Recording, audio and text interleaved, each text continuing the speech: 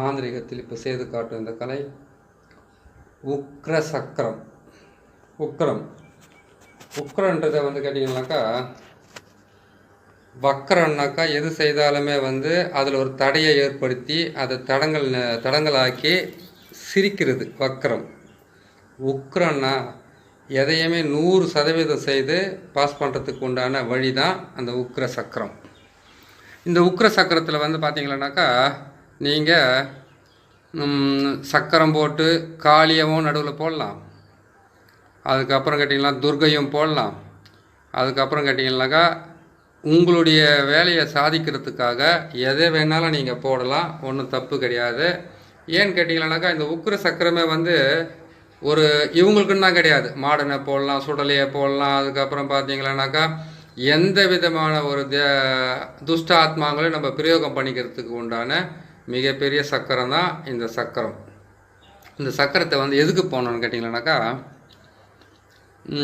ரொம்ப ரொம்ப ரொம்ப வந்து இப்போது நிறைய பேர் வந்து கேட்பாங்க. என்னென்னு கேட்குறாங்க கேட்டிங்கன்னாக்கா, உடனுக்குடனே எந்த வேலை செய்தாலுமே வந்து பலிதம் கொடுக்கணுன்னுவாங்க. அதுக்கு இந்த உக்ர சக்கரம் கரெக்டாக வேலை செய்யும் பாருங்கள். நீங்கள் இது நடுவில் எழுத வேண்டிய எழுத்துக்களை மட்டும் கொஞ்சம் பார்த்து கரெக்டாக எழுதிக்கணும். ஏன்னு கேட்டிங்கனாக்கா, நடுவில் எழுத வேண்டியது வந்து கேட்டிங்கனாக்கா உங்களுக்கு பிடிச்ச தேவதைகளை எழுதிக்கலாம். இங்கே பாருங்கள், நடுவில் வந்து காலி தான் வச்சுருப்பான் அந்த இடத்த. இந்த மாதிரி ஒரு மண் பாத்திரத்தில் தான், மண் சட்டியில் தான் நீங்கள் இது எல்லாமே போட்டு அவங்களுடைய பேரெல்லாம் எழுதி தகடில் போட்டு எல்லாமே க்ளீன் பண்ணி நீங்கள் செய்து கொடுக்க வேண்டியது இந்த மண் பாத்திரத்தில் தான் போட்டு அப்படியே புதைக்கணும். இதை புதைச்சா தான் அது கரெக்டாக வேலை செய்யும். அவங்களுடைய பேர், அவங்களுடைய துணி இல்லைன்னு கேட்டீங்க எதையுமே, அதாவது வந்து அழிக்கிறது எந்த வேலையாக இருந்தாலும் உக்குரத்தில் நம்ம க்ளீன் பண்ணிக்கலாம். அதுக்கு தான் அது உக்குர சக்கரம்னு வச்சுருக்காங்க அந்த பேரை. இதுக்கு வந்து கேட்டிங்கனாக்கா மொத்தம் 4 தகடு வேணும். 4 தகட்டுலையுமே வந்து எழுதணும். இது வந்து கேட்டிங்கன்னா மொத்தம் 12 எலுமிச்சை மழை வேணும். 12 எலுமிச்சை மழை நீங்கள் இப்போவே அந்த சக்கரத்தை போட்டோன்னு பலி கொடுத்துடணும். புரியுதுங்களா? பலி கொடுத்து ஒரு சில டைமில் பார்த்தீங்கன்னாக்கா பிளட்டை யூஸ் பண்ண வேண்டிய ஒரு சூழ்நிலை வரும்போது அது நீங்கள் பிளட்டை கூட கொடுங்களா, தப்பு இல்லை. பிளட்டு செய்தீங்கன்னா பச்சரிசி சாதத்தை வந்து நீங்கள் அதில் போட்டு கலந்து தான் இந்த சாதத்தை வந்து இதுக்குள்ளே போட்டு நீங்கள் இது பொருள் எல்லாம் அதுக்குள்ளே போடணும். புரியுதுங்களா? 8 ஆணி வேணும். 8 ஆணி வந்து இதை புதைக்கிற இடத்துல வந்து 8 ஆணியுமே வந்து இடைவிடாமல் இதை சுற்றிலும் போட்டு நீங்கள் அடித்து விட்டுட்டு வரணும். தகுடு வந்து 4 தகுடு வந்து இதுக்குள்ளே போடணும். 4 தகுடை வந்து வெளிப்புறமாக வச்சு அடிக்கணும். அதை எந்த வேலை செய்கிறதா இருந்தாலும் இந்த வேலையை வந்து நீங்கள் செவ்வாய்க்கிழமை செய்யலாம். அதுக்கு உக்குரத்துக்கு வந்து செவ்வாய்க்கிழமை வந்து, அதாவது வந்து கேட்டிங்கனாக்கா கடுமையான கோபத்தில் வருவாங்க. அவனுக்கு அடிப்படணும், அவனுக்கு ரத்த காயம் ஏற்படணும், கை கால் முறியணும். இல்லைன்னு கேட்டிங்கனாக்கா அவன் ஏதாச்சும் ஒன்று ஆகணும். அவன் வந்து படுத்துக்கணும், அவன் எந்திரிக்கவே கூடாது. அது பெண்ணாக இருந்தாலும் ஆணாக இருந்தாலும் அவங்களுடைய ஆக்ரோஷம் கோபத்தினால உங்ககிட்ட வந்து பேசுகிறாங்க இல்லையா, அப்படி அவங்க வந்து பேசும்போது இந்த சக்கரத்தை நீங்கள் போட்டு செய்து கொடுத்தீங்கன்னாக்கா ரொம்ப சீக்கிரமாக அவங்களுக்கு அது வேலை செய்யறதுக்கு ஆரம்பிக்கும். புரியுதுங்களா? இது செய்கிறதுக்கு செவ்வாய்க்கிழமையில் வந்து செவ்வாய்க்கு ஆகாத கிரகங்கள்னு சொல்லப்போனால் புதன் ஆகாது. புரியுதுங்களா? சனி வந்து செவ்வாய் வீட்டில் தான் வந்து நீசம் அடைவார். செவ்வாய்க்கிழமை சனி ஓரையில் நீங்கள் செய்யலாம் தாராளமாக. இதை நீங்கள் செய்து கொடுங்க. அதான் கேட்டிங்கன்னாக்கா ரணகாளிக்கு உண்டான வேலையை இது செய்யலாம், ரணபலிக்காக உண்டான வேலையை இது செய்யலாம். நீங்கள் அதாவது ரணமாகிறது, கை கால் உடையிறது, அதுக்கப்புறம் வந்து கேட்டிங்கன்னாக்கா அதாவது ரத்த காயத்துங்களுக்கு வந்து இந்த உக்ர சக்கரம் வந்து கரெக்டாக வேலை செஞ்சிடும். இந்த வேலையை நீங்கள் செய்து தாராளமாக அவங்களுக்கு கொடுக்கலாம், ஒன்றும் தப்பே கிடையாது. இது வந்து செய்கிறதுக்கு முன்னாடி நீங்கள் கொஞ்சம் சாப்பிடாம ஒரு பொழுதுல செய்யுங்க. ஏன்னு கேட்டிங்கன்னாக்கா நீங்கள் சாப்பிடாமல் செய்கிறது தான் நல்லாயிருக்கும். அதாவது சனி ஓரம் எப்போ வருதோ, எப்போ நம்ம அது இது பண்ணோம்னாக்கா செவ்வாய்க்கிழமைக்கு காலையில் பார்த்தீங்கன்னா காலையில் செவ்வாய் ஓரம் வந்துடும், அதுக்கப்புறம் சூரிய ஓரம் வரும், அதுக்கப்புறம் சுக்கிர ஓரம் வரும்.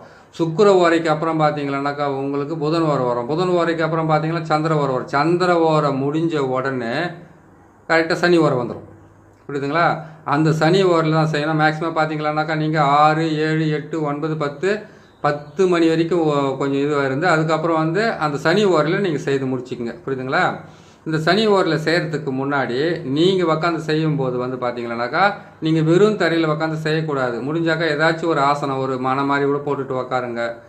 அப்படி இல்லைன்னு கேட்டிங்களானாக்கா நீங்கள் இந்த ஒரு சின்னதாக ஒரு பாய் மாதிரியோ அப்படின்னு கேட்டால் ஏதாச்சும் ஒரு துணி போட்டுட்டு உக்காருங்க. ஏன்னு கேட்டிங்கன்னாக்கா என்ன நம்ம செய்து கொடுக்குறோம், இது வந்து எப்படி நடக்குதுன்னு தெரியல, இதை போட்டுன்னு உக்காரணும் அது போட்டு உக்காரணும் இல்லை. நம்பிக்கைன்றது வந்து முதல்ல உங்களுக்குள்ளே இருக்கணும். நம்பிக்கை இருந்து நீங்கள் செய்வது இது நான் செஞ்சு ஜெயிப்பேன்னு சொல்லிட்டு தைரியமாக செய்யுங்க. மாந்திரிகம் வந்து கற்றுக்கிறதெல்லாம் ஒரு பெரிய விஷயம் இல்லை. அதை நீங்கள் செய்ய வேண்டியது மிகப்பெரிய ஒரு விஷயம் தான். இந்த விஷயத்தை பார்த்து செய்து கொடுத்தீங்கன்னாக்கா உங்களுக்கு நல்ல வேலை செய்யும். புரியுதுங்களா? இந்த உக்ர சக்கரத்தை இப்போ உக்ரகாளி சக்கரங்கிறது, உக்ர மாடர்ன் சக்கரம் இருக்குது, எல்லாமே இருக்குது. இப்போ அதை நான் கரைச்சி காட்டுற பாருங்க. இதுதான் இப்படி தான் நீங்கள் பொருத்தி வைக்கணும். நான் கரெக்டாக பார்த்துக்குங்க. எடுக்கும்போது ஏன்னு கேட்டால் அதுக்கு அச்சாரம் தெரியல, அதில் இருக்கிற எனக்கு எழுத்துக்கள் சரியாக தெரியலன்னா மனசுக்குள்ளே அப்புறம் கஷ்டமெல்லாம் படாதீங்க. இந்த உக்ர சக்கரத்தை போட்டு போகிறதுக்கு முன்னாடி வந்து கரெக்டாக 12 எலுமிச்சம்பழத்தை வாங்கி கட் பண்ணிவிட்டு இதெல்லாம் வச்சுட்டிங்களா? இதெல்லாம் எடுத்துட்டோமா? 8 ஆணி வச்சுட்டிங்களா? வச்சுட்டு அதை வச்சுட்டோமா? இந்த சக்கரத்தினுடைய மேல் பகுதியில் மட்டும் பாருங்கள், கற்பூரம் 5 கற்பூரம் வச்சுருப்பேன். சரிங்களா?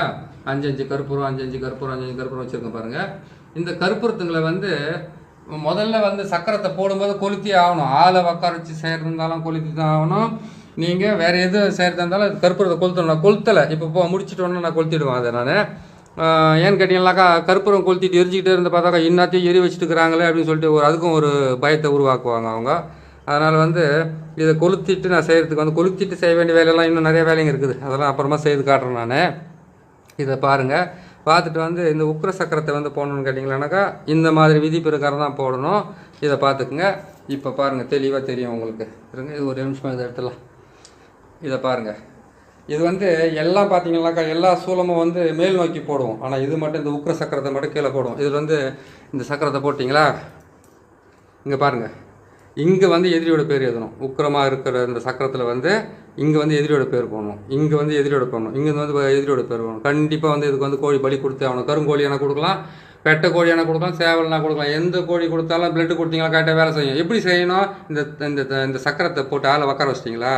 ஆளை உட்கார வச்சிட்டிங்கனாக்கா அவங்களையும் இவங்களை வந்து 8 முறை வந்து கோழி சுற்றணும். ஒரு 8 முறை வந்து எலுமிச்சம்பழத்தை சுற்றணும், 8 முறை வந்து முட்டையை சுற்றணும், 8 முறை வந்து தகுட்டை சுற்றணும், 8 முறை வந்து ஆணியை சுற்றணும். 8 முறை கேட்டிங்களானாக்கா இந்த தகுடு எழுதிட்டாலும் சுற்றணும். புரியுதுங்களா?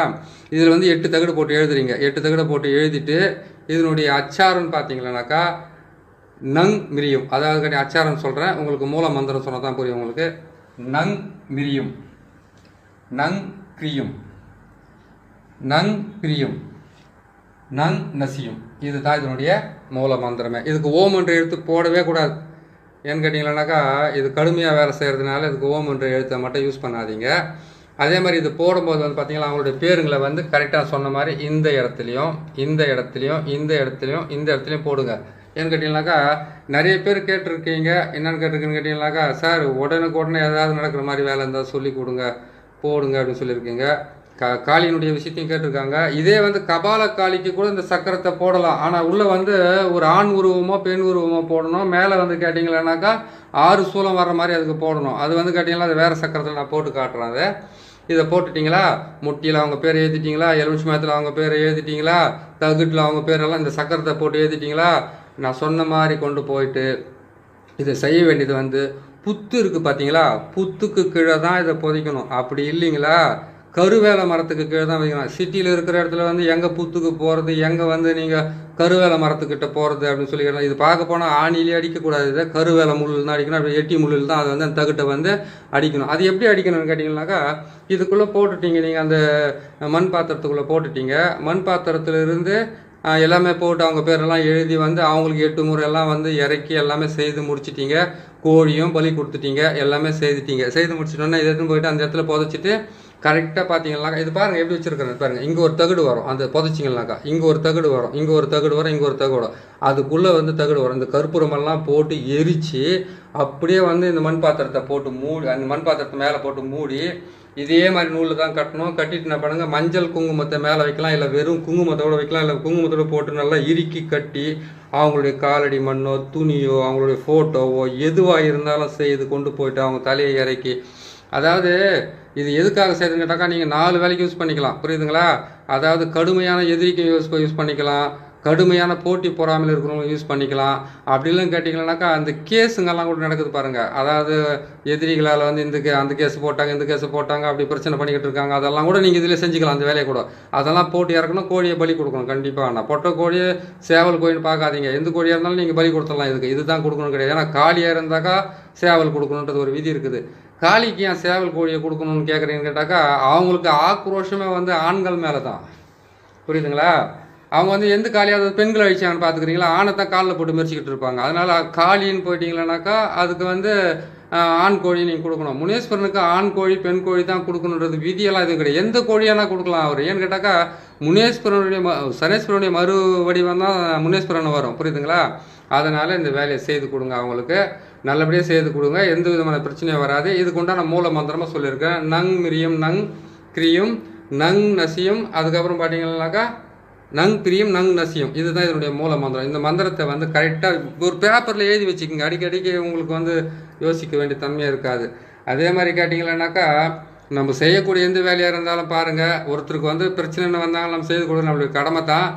ஆனால் ஒரு விஷயத்தை மட்டும் எப்பவுமே கேட்டுங்க, காட்சிகள் இல்லாத இருளின் வெளிச்சத்திலும் இறைவன் ஆட்சி செய்வான். அதை உன்னுள் இருக்கும் சிவனே சாட்சியும் செய்வான். எதுக்காக இந்த வார்த்தை சொல்கிறேன்னு கேட்டிங்கன்னாக்கா, காட்சியே இல்லாத இருளில் கூட இறைவன் ஆட்சி தான் செய்துக்கிட்டு இருக்கிறான். நம்ம செய்து கொடுக்குறோம். அவங்களுக்கு வந்து எது விஷயமா இருந்தாலும் பார்த்து செய்து கொடுங்க. நான் சொல்கிற அர்த்தம் உங்களுக்கு புரிஞ்சிருக்குன்னு நினைக்கிறேன். பாருங்கள், பார்த்து செய்து கொடுங்க. அதுக்கப்புறம் வந்து கேட்டிங்கன்னாக்கா ரணக்காளி கபாலக்காளி, அதுக்கப்புறம் வந்து கேட்டிங்கன்னாக்கா சுடலமா எல்லாம் கேட்டிருக்காங்க. அதெல்லாம் கொஞ்சம் பொறுமையாக போட்டு கொடுக்குறேன். நீங்களும் செய்வீங்க, மற்றபடி செய்து முடிச்சு கொடுப்பீங்க. நம்ம சேனலை பார்க்குறவங்கக்கிட்ட ஒரு விஷயத்த சொல்லணும். ஏன்னு கேட்டிங்கன்னாக்கா நீங்கள் கேட்குறது மறுக்காமல் செய்து கொடுக்க வேண்டியது என்னுடைய கடமை. அதுக்கு வந்து நான் விலைன்றது எப்போவுமே நிர்ணயிக்கிறதில்ல. நீங்கள் கொடுக்குற விலையை தான் நான் வந்து நீங்கள் மனசார கொடுக்குறத தான் நான் வாங்கணும். அந்த மாதிரி மனசார நீங்கள் சப்ஸ்கிரைப் பண்ணுங்கள். ஏன்னு கேட்டிங்கன்னாக்கா பலமுறை சொல்லியிருக்கேன், உங்களுக்கு பிடிச்சதை நான் செய்து கொடுக்குறேன். இப்படி தான் மாந்திரிகம் இருக்கணும். மாந்திரிகத்தில் வந்து இன்னும் விதிமுறைகள் நிறையா இருக்குது. நான் போட்டுக்கிட்டு வந்துக்கிட்டு இருக்கிறதெல்லாம் பார்த்தீங்கன்னா உங்களுக்கு பேசிக் தான். அதுக்கப்புறம் இன்னும் செய்ய வேண்டியதெல்லாம் நிறையா இருக்குது. அதனுடைய விதி பிரகாரம் நீங்கள் செய்துக்கிட்டு வந்தீங்கன்னாக்கா இன்னொரு மாந்திரிகத்தை நீங்கள் தொட வேண்டிய அவசியமாக இருக்காது. இந்த மாந்திரிகத்தை செய்து நீங்கள் க்ளீன் பண்ணிக்கலாம். இவ்வளோ விளக்கமாக நான் சொல்லிக்கிட்டு வரேன். சப்ஸ்கிரைப் பண்ணுங்கள், லைக் பண்ணுங்கள், ஷேர் பண்ணுங்கள். நண்பர்கள் ஷேர் பண்ணுங்கள், இப்படி லைக் பண்ணுங்கள். சரிங்களா? இன்னொரு நல்ல பதிவில் வந்து சீக்கிரமாக சந்திக்கிறேன். அதுவரை உங்களது விடைபெறுகிறேன். நன்றி, வணக்கம்.